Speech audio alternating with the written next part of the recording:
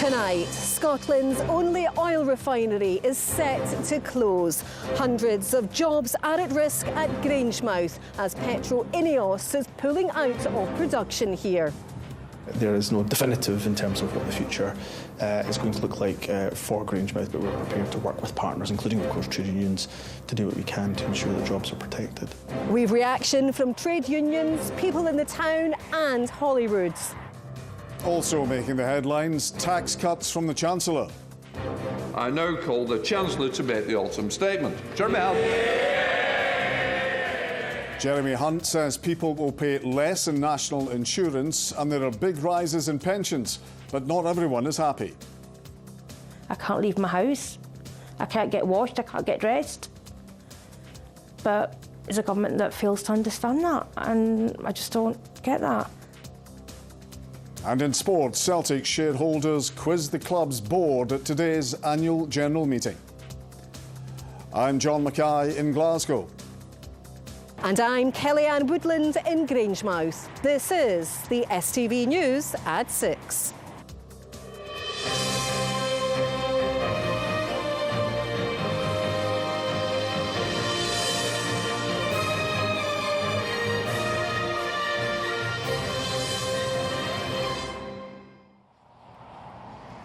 Good evening, live from Greenmouth Oil Refinery, where hundreds of workers here were given the news that their jobs are at risk. Scotland's only oil refinery is to cease operations in 18 months' time. Owners Petro-Ineos say this is in response to market pressures and the transition to net zero. Now, this plant has been a huge employer in the area for almost 100 years. Tonight, though, around 500 of those workers are now contemplating their future. Our reporter Courtney Cameron has spent the day speaking to staff and unions who say they'll fight for every job. It's one of the biggest employers in Scotland. Generations of families have worked at the site, now owned by Petro-Ineos, since it was built in the 1920s. Yesterday, employees at the oil refinery received an email from bosses informing them it could cease operations as early as 2025. Petro-Ineos says it's facing a future of unsustainable losses and it's planning to turn the refinery into a fuels import and distribution terminal. But what this means for the hundreds of people that work here is unclear. Well, for the workers it could mean a transfer over to different parts of the business, but just now it's too early to really go into the details. We need more proposals. We want to work with the Scottish Government and the UK Government and Petro-Ineos to come to some kind of conclusion on where this is going to end up. Greenmouth is the only crude oil refinery in Scotland and currently supplies 80% of the country's fuel. Today's news shocks the local community. A big blow, we just saw it there, couldn't believe it. There's 500 people work there at the moment, so 500 jobs are going to go or get replaced, who knows. A lot of my friends work with Ineos, so I'm obviously concerned for them. Big local employer, so yeah, it's a bit disappointing for the area. The Scottish Government has committed to a target of net zero greenhouse gas emissions by 2045. Greenmouth is a massive polluter, accounting for 9% of Scotland's total emissions.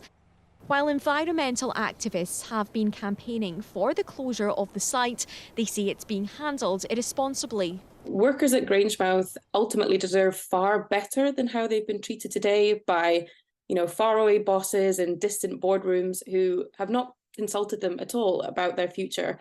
Escalating climate breakdown means that a transition away from fossil fuels is essential. So this sort of transition process is inevitable, and it's a real shame that the Scottish Government and Ineos have not brought workers and their trade unions around the table to have a say in what is a vital discussion.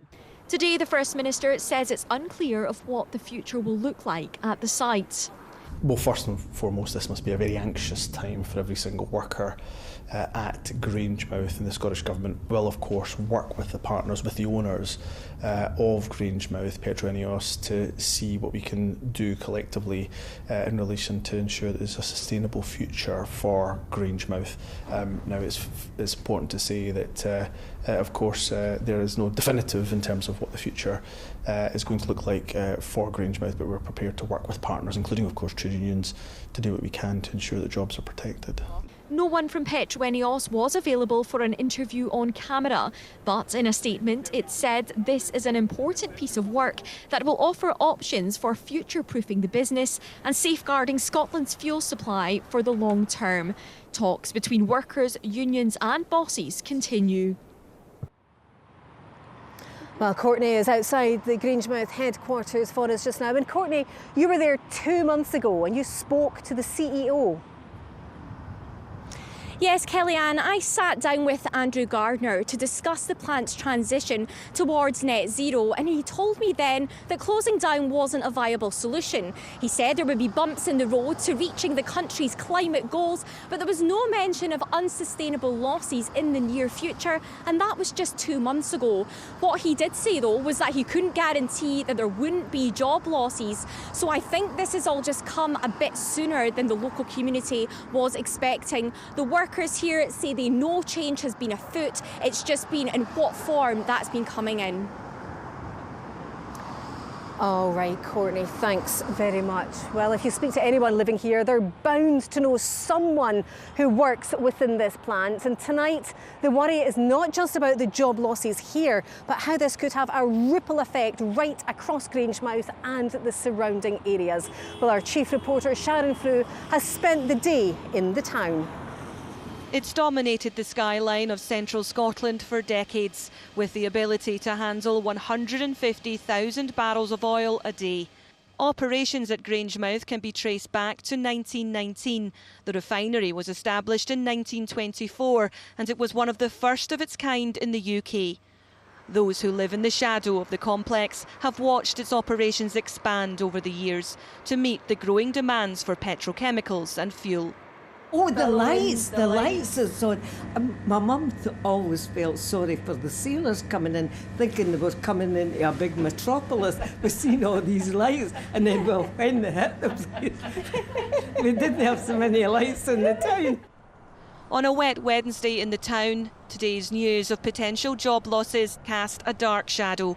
Petro-Eneos took over in 2005, but many here still refer to the complex by its previous owner's name, BP. It'll hit Greenmouth very much. Because it's bad enough losing all the shops we've lost without losing work for the men and that. My husband was a worker out in the BP. And so was mine. It will be a big loss. Definitely will be a big loss. Well, that's another nail in the coffin, isn't it, as they say? I think it would be devastating for the town. That's what I think. And do you know people that work there? My son-in-law works there. Businesses fear what job losses will mean for an already quiet town centre. I've got lots of customers coming from the BP and Eneos, and if that's going to happen, automatically affect the town, and we will be affected for that as well. So I just want to be just a normal for everyone, you know. Like a ghost town. Not too many people on the street. Already so many shops are shut and yeah, I don't know what's going to happen.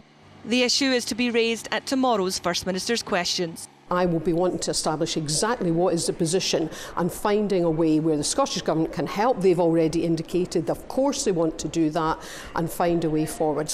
For now, the priority for politicians is to establish the facts. The people of Greenmouth wait for that process to reach a conclusion. Whatever the outcome of talks, substantial change appears to be on the horizon. Sharon Frew, STV News, Greenmouth. So some uncertainty in the community, but looking at this in the wider context, it's about the transition to greener energy. Well, let's speak to our political editor, Colin Mackay now. And Colin, what's the political reaction? Well, this feels like the end of an era for industrial Scotland. Next year will be the centenary of the founding of the first refinery in Greenmouth, and we find out today that a year later it could be closing completely. But it's not really coming as a bolt from the blue. Going back to the pandemic just a few years ago, this plant was losing £500 million a year. It's only since the war in Ukraine drove up the price of oil that it's become profitable again. So the Scottish Government, the unions, have been in talks with Petro-Eneos around this for the last couple of years. But that doesn't lessen the shock of those letters to staff yesterday, or the call to the Scottish Government last night setting out a timescale for closure?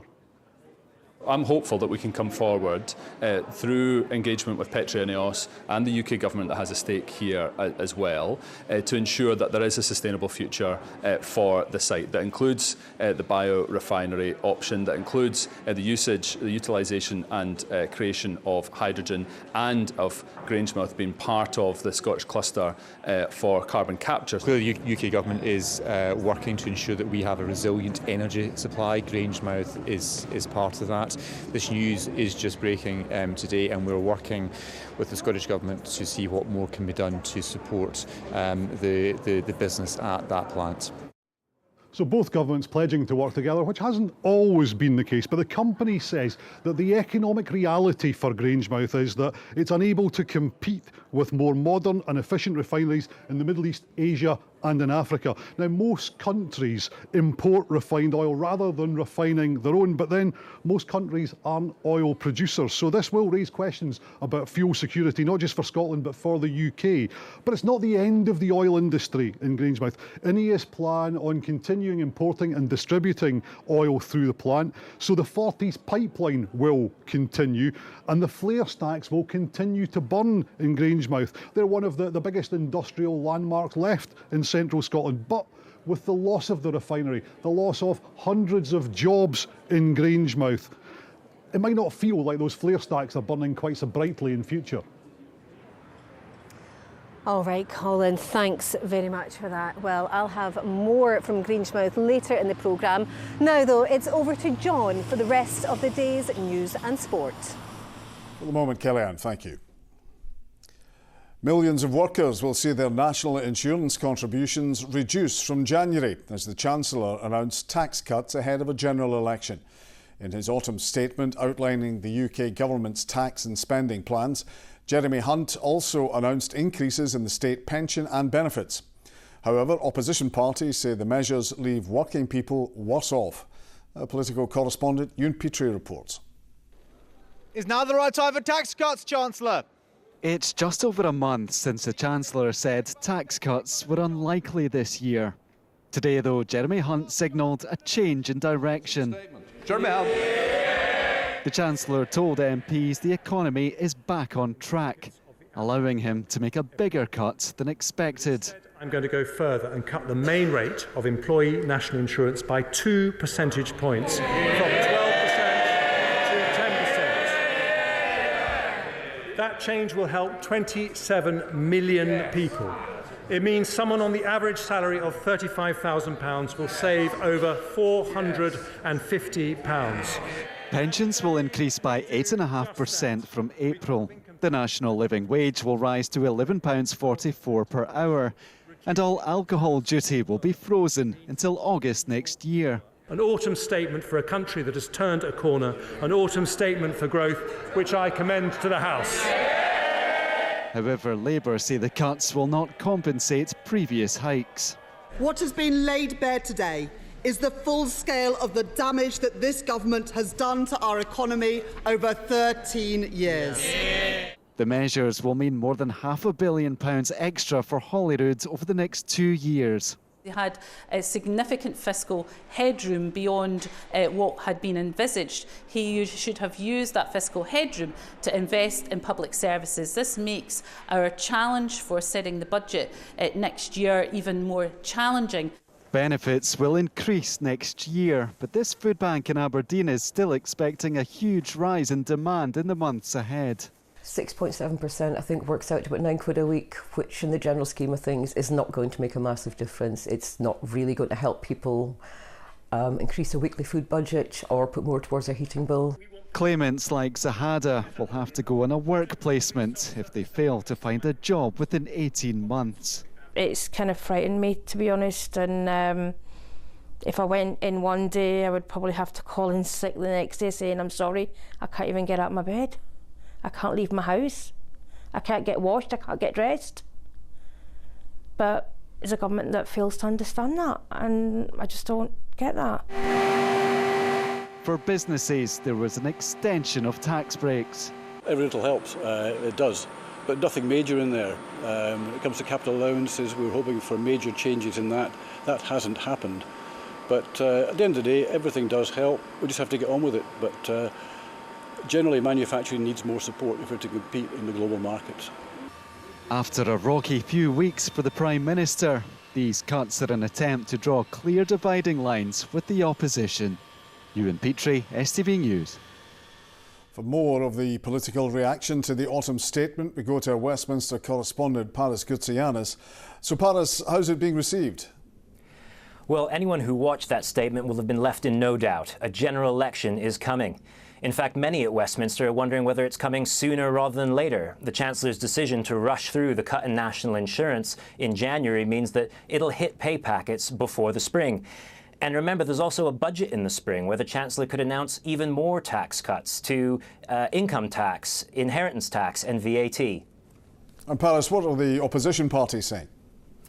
Well, the government says it's sharing the benefits of good economic governance. Opposition parties say that the Tories are giving back with one hand what they've already taken away with another. Economic growth forecasts have been revised down, and inflation is expected to stay high for longer. That feeds through to the price of the weekly shop and the mortgage on your home.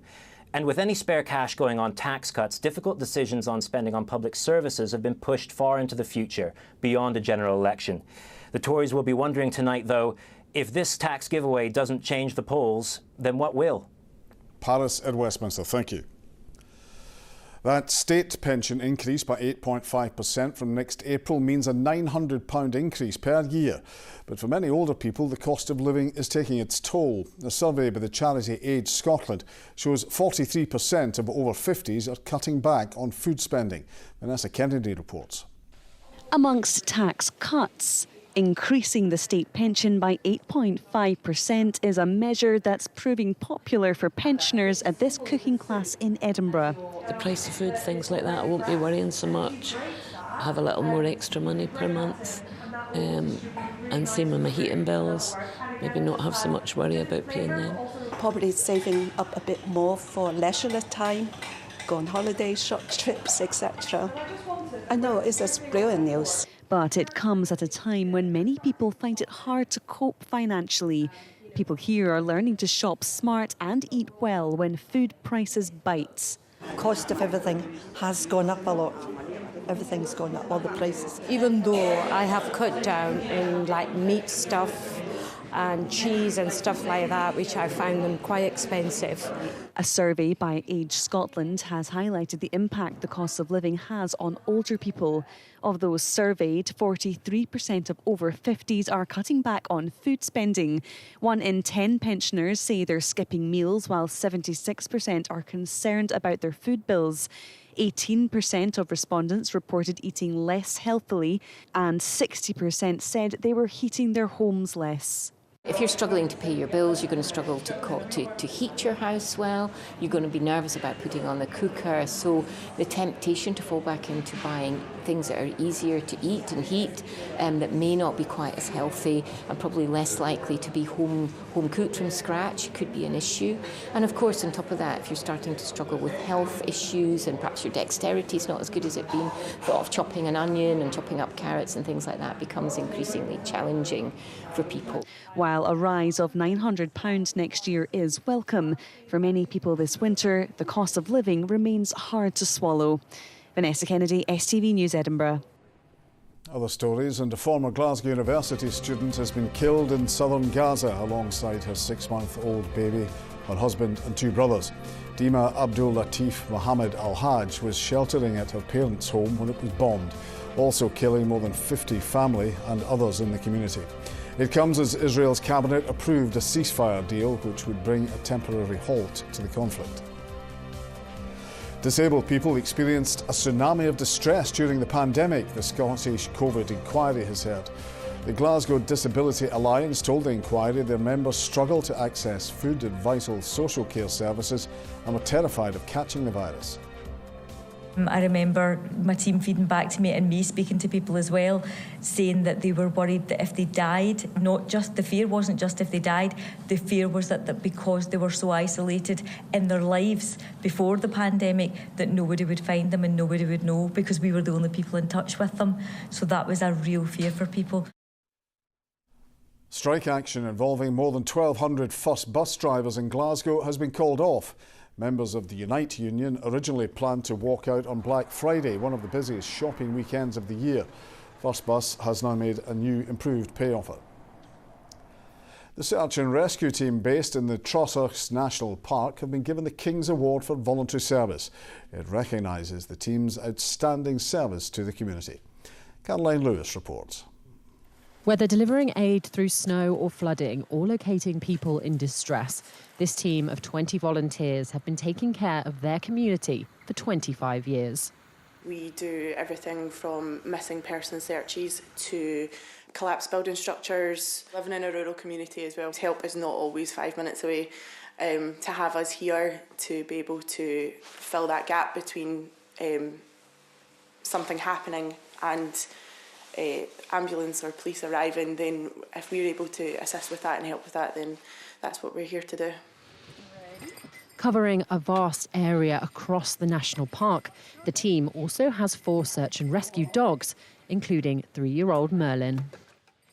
Going into different environments and have that dog have the complete confidence and trust in you, and I him.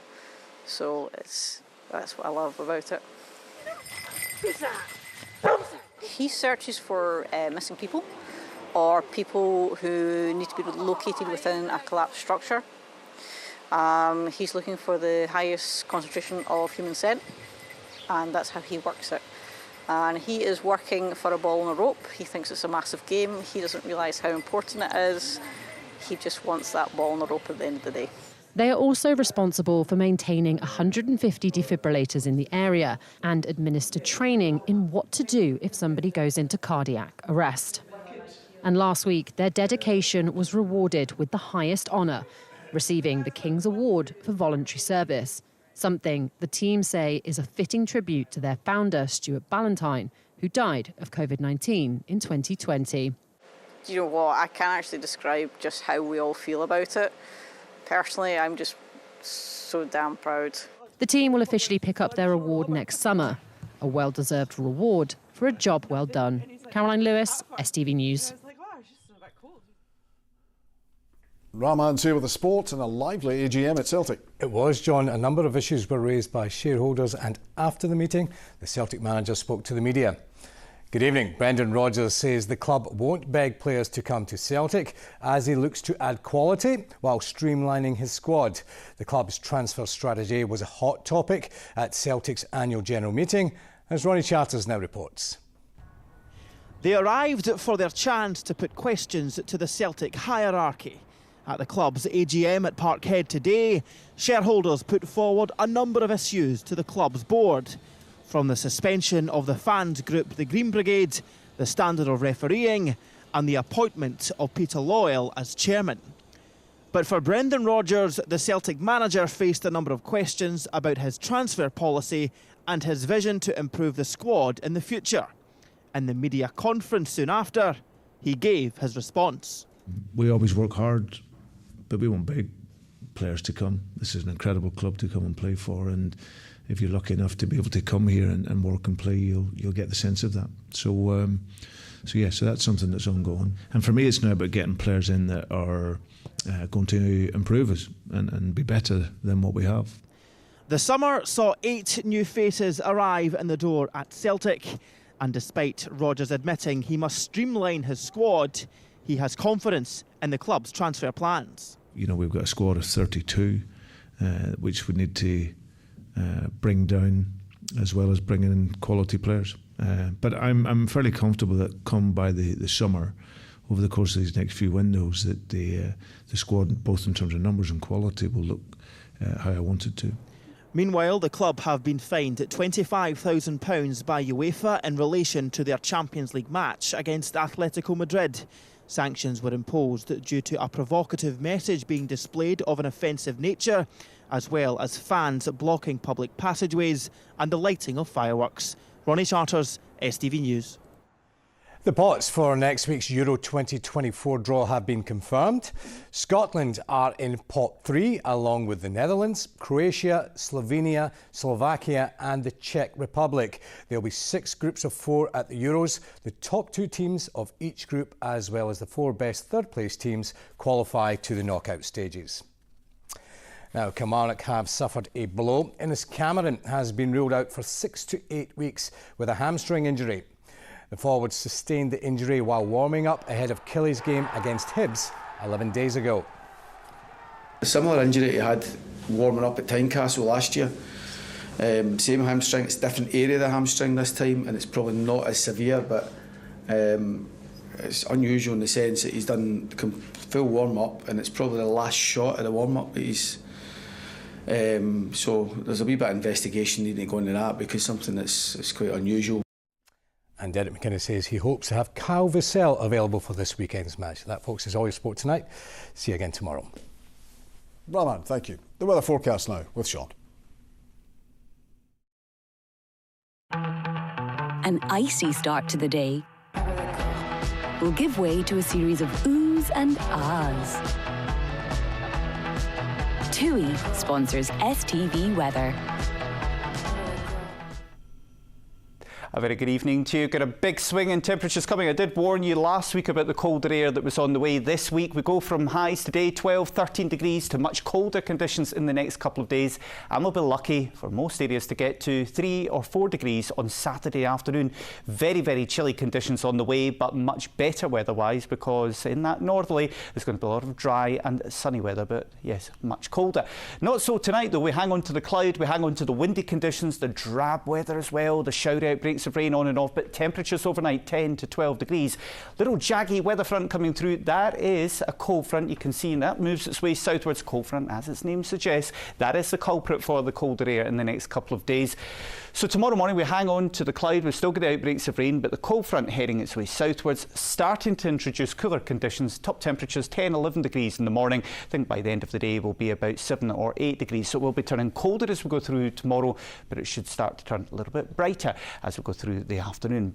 Then as we head into Friday and Saturday, we're into that proper northerly, but we've got high pressure moving in, so the winds will be easing down, and we'll see a lot of dry and bright weather. As I say, 3-4 degrees Celsius by the time we get to Saturday. So Saturday, a very chilly day, but it should be bright. But then on Sunday, we see a bit more cloud coming back in and turning ever so slightly milder. Bye-bye. TUI sponsors STV Weather.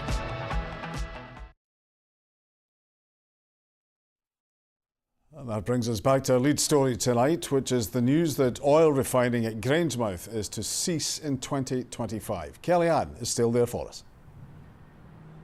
Thanks very much, John. Yes, well, I'm joined now by our special correspondent, Bernard Ponsonby. And Bernard, you've covered many a story about Scotland's manufacturing decline over the years. How significant is this? This place is absolutely iconic. When it's lit up at night, it can be seen for miles around, an indication that it's not just iconic in terms of the economy of central Scotland, but it's a key part of the industrial heritage of Scotland and indeed the industrial complex of the wider Scottish economy. We do not know what the end game is as we speak tonight, but the signs don't look good, and if they happen to be bad, then Grangemouth will join a list of communities. Motherwell, once known for steelmaking, no more. Bathgate, once known for truck production, no more. Cambuslang, once known for the manufacture of hoovers, no more. Dundee, once known for Timex, no more. Let's hope it doesn't go that way. But an irony of ironies in the sense that, as we were hearing earlier on in the programme at the autumn statement today, Jeremy Hunt, the Chancellor of the Exchequer, saying he wants the UK to be a manufacturing and industrial powerhouse. Well, as we stand here tonight, it seems a long way from that. Big campaign for the unions ahead here, Kellyanne. All right, Bernard. Well, as ever, thanks very much for all of your analysis. Well, the decision to close Scotland's only oil refinery marks a big step towards a greener future. But it's this community here that will undoubtedly feel the effects the most. From all of us here on the ground at Greenmouth, good night.